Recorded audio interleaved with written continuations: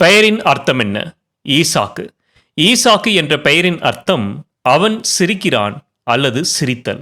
Abraham மற்றும் சாராளுக்கு பிறந்த குழந்தைதான் ஈசாக்கு. தேவன் தான் அவர்கள் பிள்ளைக்கு ஈசாக்கு என்ற பெயர் வைத்தார். அதற்கு ஒரு காரணம் இருக்கிறது. முதிர் வயதான ஆபிரகாமுக்கும் சாராளுக்கும் தேவன் குழந்தையை கொடுப்பேன் என்று சொன்னபோது அவர்கள் அதை நம்பாமல் நகைத்தார்கள், சிரித்தார்கள்.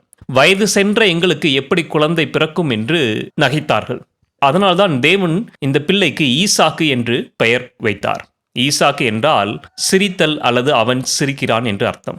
அந்த பிள்ளையை பார்க்கும் போதெல்லாம் அவர்களுக்கு என்ன ஞாபகம் வரும் என்றால், முடியாத காரியத்தையும் தேவனால் செய்ய முடியும், தேவனால் முடியாத காரியம் என்று ஒன்று கிடையாது என்பதை அவர்கள் எப்போதும் ஞாபகம் வைத்தும் கொள்ளும் வண்ணமாக தேவன் இந்த பெயரை அவர்கள் குழந்தைக்கு கொடுத்தார். இதில் நாம் புரிந்து கொள்ள வேண்டிய விஷயம் என்னவென்றால், நாம் முடியாது, நடக்காது என்று நினைக்கிற காரியங்களை கூட தேவனால் செய்ய முடியும், நடத்தி காட்ட முடியும். தேவன் மீது விசுவாசம் வைத்தால் மட்டும் போதும். எபேசியர் 3:20 வசனம் சொல்கிறது, நாம் வேண்டிக் கொள்கிறதற்கும் நினைக்கிறதற்கும் மிகவும் அதிகமாய் நமக்குள்ளே கிரியை செய்ய தேவன் வல்லவராய் இருக்கிறார் என்று. இப்போ நாம் கேட்பதை விட நினைப்பதை விட தேவன் அதிக வல்லமை உடையவராக இருக்கிறார். நம்மை கொண்டு பெரிய காரியங்களை செய்ய சித்தமுள்ளவராக இருக்கிறார்.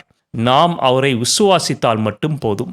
தேவனை பற்றி கொள்வோம், தேவனை விசுவாசிப்போம், நம்மை முழுமையாக ஒப்படைப்போம். தேவன் நம்மை கொண்டு நமக்குள்ளாக மிகப்பெரிய வல்லமையான காரியங்களை செய்வார். ஆமென்.